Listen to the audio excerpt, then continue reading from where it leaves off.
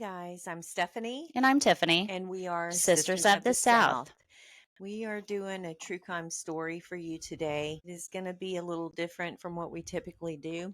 It is going to be about two beautiful little girls who had some tragedy occur, and they are no longer with us. But we wanted to share the story. It's going to be rough sharing that. And so we aren't going to be doing any type of sponsorships or advertisings for anyone today. We're going to keep it simple and to the point, and we're going to get into it. So here we go. Okay, Elizabeth Collins, age 8, and Lyric Cook-Morressey, age 10, were cousins, but they were more like sisters. They did everything together. Elizabeth loved life. She was a very social child, states her mother, Heather. Lyric was so gentle and loving. She loved to sing, even if it was always off key, but that didn't matter, says Lyric's grandmother, Vicky. Evansdale, Iowa's population was 4,767 people. It's a small town. Everybody knows everybody. You let your kids go out to play. You don't lock your doors. You trust everybody. They never give you any reason not to. It always seemed like a great community, and everyone said that. On July 13th, 2012, Lyric went with her grandmother to Elizabeth's house for the day while both moms were at work. Around noon, the girls wanted to go for a bike ride while Grandma made lunch. Grandma told the girls not to be gone for too long because Lyric's mom would be home to pick her up soon. Around 1 p.m., Grandma called Lyric's mom, Misty, to find out if she would be back soon. She couldn't find the girls. Once Elizabeth's mom, Heather, came home and was told the girls had not returned from their bike ride, she immediately knew something was wrong. The family drove everywhere they could think the girls might be, but there was no trace. Next, they went to the police station. The police immediately started looking for the girls. It was extremely hot that day, so they were thinking maybe they went to cool off at a friend's house. Around 5 p.m., Elizabeth's father received a call from police to come identify some bikes they found near Myers Lake. Myers Lake is a little over a mile from Elizabeth's home. Elizabeth's mom, Heather, claims Elizabeth had been to Myers Lake, but only with an adult. It was hard for her to believe that Elizabeth would even know how to get there on her own. The father of both girls got to the lake and identified the bikes as belonging to Elizabeth and Lyric. They immediately started looking around to see if they could find anything else. Not far from the bikes, they found Elizabeth's purse with her phone still in it. The purse looked like it had been tossed over the fence. The bikes were found at the gated entrance to the overflow of the south side of the lake, and the gate had been left open. Evansdale Chief of Police Kent Smock thought the girls might have gotten hot and went into the gate to the lake and had drowned. He called the fire department to have them bring their boat to search the lake. Crews dragged part of the lake and did at least 2 searches by air using infrared sensors. The divers spent an hour in the water searching. They came out and informed the chief that the girls were not in the overflow. Kent Smock claims that changed things. He knew that whatever happened to the girls was not good.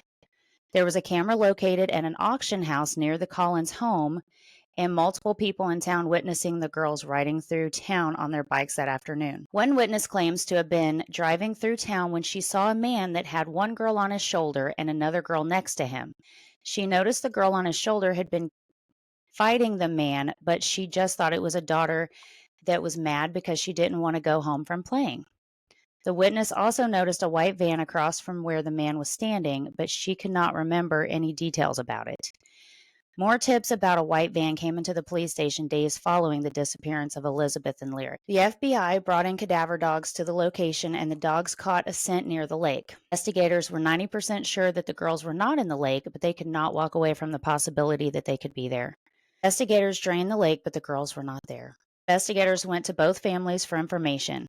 They needed computers to make sure the girls had not met up with someone they talked to online. They also asked for fingerprints and DNA. Investigators claim Drew and Heather Collins were very forthcoming with their information. However, Dan and Misty Morrissey were not so forthcoming. Dan and Misty had both done jail time for drug-related convictions and were separated at the time. The day before the girls' disappearance, Dan Morrissey was negotiating a plea deal that he ultimately didn't take. Investigators were wondering if that played into the disappearance. Both Dan and Misty took a polygraph, and they both came back inconclusive. Investigators brought Dan and Misty in for questioning regarding the disappearance of Elizabeth and Lyric.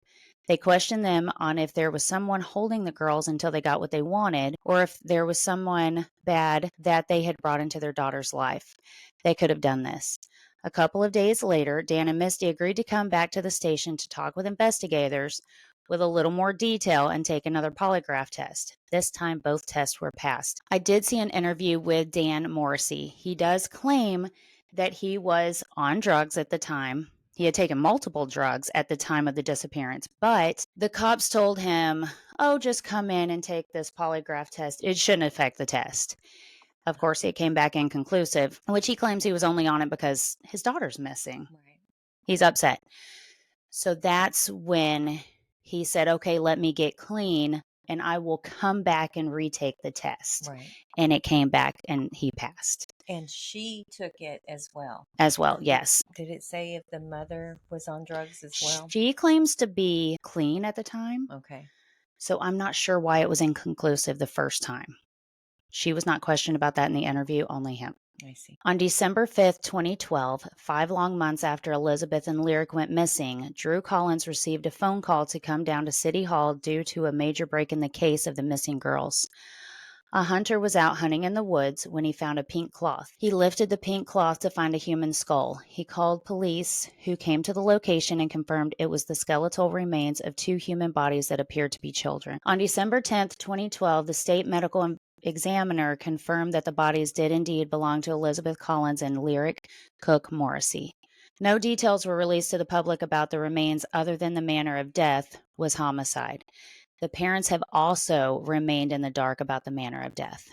Seven Bridges Wildlife Park, where the girls' remains were found, is a remote area near the town of Redland in Bremer County, Iowa, over 25 miles northeast of Evansdale. Seven Bridges is a common area for hunters, so investigators started looking at hunting licenses and people who would hunt in that area.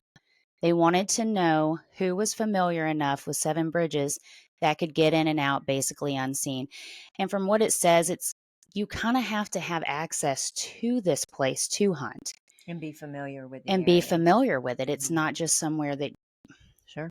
is easy to get into. Mm. This area also has the most offenders. Investigators spoke with well over 300 offenders. Investigators had a number of false confessions that claimed responsibility. Some had mental illnesses, and some were looking for their 5 minutes of fame. Investigators would ask specific questions that only the killer would know. Guilt knowledge. Yes. Double abductions are very rare. Elizabeth and Lyric would make number 16 since the 1970s. People have tried linking these murders to the Delphi, Indiana case, where 2 young girls were murdered together on a bridge. That case is now in court. Right. They have also tried connecting these murders to Michael Klunder, who abducted 2 teenage girls and murdered one of them, with the other escaping. He has since been convicted. There is no evidence as of now of the Evansdale murders being connected to either of these cases. Now, Elizabeth Collins' father is claiming that he fully believes that a serial killer could have done this. Really? Yes. And what makes him think that? I'm not Just sure. the randomness? Maybe. And then where they located them? Yeah, he fully believes that it's a serial killer. So my next question is there a lot of murders close by of children as well, or even of people, not just children, but of other people as I'm well? not sure. I didn't look into that. The 2 teenage girls that were abducted Mhm. happened less than a year later. It was not too far from where Right. these girls were located, Right. which is very It strange. is. But so far it hasn't been leaked to it. So I don't know. I mean, Well, it makes you wonder if it's a serial killer, then maybe this is his MO, maybe. which is strange. Abducting 2 children, at one time, they're so unpredictable. You just have to wonder if they knew this person. How random is it to go through a town, find 2 little girls riding their bikes, and you can abduct both of them at the same time? Oh, I'm That's kind sure of, that he lured them. well, of course. He might have known somebody that they knew. It's a small town. Mhm. I I just feel like it's possible that they had seen this person before. Right. It's very possible. I mean, it could be a serial killer, but you're luring 2 little girls. You Well, just have to wonder. so okay. I pulled it up because I knew that the percentage of children being abducted and murdered by someone they know would be higher than a stranger. So, Mhm. crime st- crime statistics have shown that the majority of abduction cases are committed by family members. However, 28% of kidnappings are committed by strangers. So there's really only a 28% chance that someone they had never met or knew by happenstance drove by, saw them, and just randomly decided to take them and kill them. Especially considering there was 2 of them Right. because it's so rare. And if they're that close, like sisters, and this person knew of their little relationship, they probably knew that one girl's not going to leave the other. That's right. They're just not going to leave one another. They're going to stay to lend support of some sort to be together. They're not No going to matter leave. what. Yeah. My girls would do that. Yeah. They wouldn't leave. No. I wouldn't have left you, No. and you wouldn't have left me. So let's just be honest. It was a man Yeah. that did this. And so I'm sure that it was someone who knew them or knew of them or had a friend that knew of them that had been watching them for a little while. And did it say if this bike route was a normal route they would take? I think they went out of their way a little bit more than usual, No, I didn't they? don't think that they did. The grandmother told them to stay close. So I don't think they went very far from Right. what it sounds like. In the interviews, it had, there was a truck driver who had seen them and he knew of them Okay. and he saw them that day. And people saw them all over town that knew them. Like, Yeah, oh, because it's a yeah, small town. the girls are riding their bikes. They knew them. They saw them riding their bikes. I don't think they went too far. Right. They didn't ride their bikes a No. mile away. He dropped them off there. Mm-hmm. Yeah, they were throwing the investigators off and then to find their bodies 25 miles away. Yeah, that's far. That's far. So, more than likely, whoever did it could still be living in that town, but just knew of this hunting spot and thought they're never going to link me to this. Yeah, how So, could they? yeah, because they still haven't found them to this day. Oh, yeah.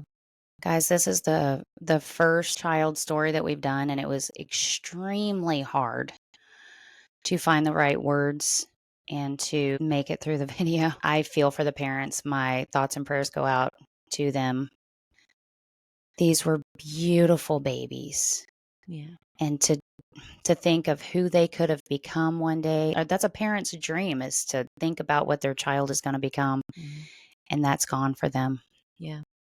And to not even know years and years later, not even know what happened to them and not even know the cause of death. So to imagine all the things that possibly goes through their mind, not knowing. Well, So, yeah, because if your child's missing, all you're going to think about is what they're going through. right. And then if you don't know, even if you know that they're gone, that's in your mind every single day, I'm sure. Just what did they go through? And I was not there with them. Yes. Yeah, I couldn't protect them. Yeah. So, Hold your babies tight tonight for sure. And always, always be vigilant when they're gone or down the street. Make sure they have their cell phones on them. Um, it's really in today's society. When I was a kid, we'd get on our 10 speeds and we would ride around and wouldn't have to come home till 6 o'clock in the evening. And your mom and dad didn't worry about you. But today, I don't even want my grandbabies and my nieces out of my sight, not even to go to the bathroom by themselves. okay, I am a helicopter mom. That is who I am. Hearing these stories and knowing what happens out there, it terrifies me. Mhm, And I am the only person to protect them. mhm. So if I'm in a restaurant and I can see the bathroom, then sure, you can go in there, take your phone, make sure I'm watching and I know how long they've been in there. We do live in a subdivision though that we don't even have sidewalks. So my babies have to ride bikes down the street which bothers me so bad. And my little one has a best friend down the street, and my oldest doesn't always want to be outside playing with her little sister. But I make sure she walks her sister down there and she has her phone. And we have cameras, our neighbors have cameras, so we're constantly checking on that, Right. like, every few minutes, like, "Hey, where are the girls? Do we know where they are?" I'm constantly walking outside, and if I don't know where they are, they do get in trouble, guys. It gets "Don't make me come find you." Because they're my life, that I'm the only one that can protect them from something bad happening, and if I don't know where they are, I can't protect them. That's right. I have to know where they are. And my little one took off one day. She was supposed to be playing in the garage and in the yard. And I go out there and she's gone. And I knew where she was because I just had a feeling her bike was gone, that she had taken off. Needless to say, I hunted her down and she got into a lot of trouble, and she swears she will never do that again. But it's out of love. It is out of love. And I make Yes. sure I tell her, I love you and I want nothing to happen to you. This is the reason I need to know where you are. You tell me. She does have a watch that can call me so that she can, Mom, can I have a snack every 5 minutes? But I know where she is. So that's okay. That's right. I am so overprotective, and I think that's the only way I can be right Yeah. now. Yeah, you need to know where they're at. You need to be able to see them. And, most of us have TikTok, and you see the videos where someone will be sitting at a dinner table with their baby in a high chair, and someone will walk up and try to swoop the baby out in the middle of the restaurant in the middle of the day in front of everybody. It can happen so quickly, guys. Just in a blink of an eye. Yeah. So be vigilant with our babies. They're the only thing we have for our future. We need to instill that they be vigilant as well, and that when they're being protected and we're telling them no, that it's because we love them. And the only way we can protect them is if we are close by and we can see them, and we just need to drive that home to them. So, It is yeah. hard to explain to them why, and I try not to go into detail, but I need them to know at the same time. I have to have that little bit of fear in them Hmm. that they're paying attention to where they are. My oldest is a black belt in Taekwondo, so she does know some self defense, but at the same time, if a grown man, large man comes up to her, and I know that she's learned how to take care of herself in certain situations, but is she going to be able to do something That's to get right. away from him? Hmm. And no matter how much self defense she has, I'm always going to worry about that. I want my youngest to have self defense. She refuses. So that's going to be fun. She's a lover, not a fighter. Sure. If that's what you want to say. She just likes other things better. And that's okay. She just doesn't understand that she needs those things, Yeah, which we'll get there eventually. She's got a whole different personality than my oldest. she So does. my oldest she loves the fighting. She loves to watch fighting. She loves to fight. My little one's like, no, I do cartwheels all day, every day. So, but We want to guys, keep them young and innocent for as yes, you long as don't we want to tell them possibly too can and much, keep but them you safe. have to explain this is why. Yeah. You know, it's very hard. It's very hard to do. Yeah. We just want to keep those babies safe, Hmm. and watch after other people's children as well. Yeah. It's not just our own, but it's others too. And if I see kids going into a bathroom, or if I see someone watching them that doesn't look like those children belong to them, I'm keeping an eye on you. Trust me. If I'm around, I'm watching everybody, especially if there's children around. So we just need to be vigilant, guys, because there's some bad people out there, and they're not thinking about protecting our children. No. And but we need to do that. If even if it's a little overkill, we need to do that. So we're gonna cut this video out tonight with a little word of encouragement to hold your babies close tonight and love on them, and just be thankful that they're with you. And we are praying for these families. We're sorry for your loss. We're deeply saddened by the loss of those beautiful little girls. And we pray for peace and we pray for justice. And we are honored to be able to tell the story and able to educate people to be vigilant in keeping our children safe. So, with that being said, we're going to close the show out tonight. Keep this family in your prayers as well for peace and for some resolution on who did this to those beautiful girls. Yes. So, but until then, most importantly, See the good and stay imperfectly perfect. Thanks, Thank you. guys. Bye. Bye.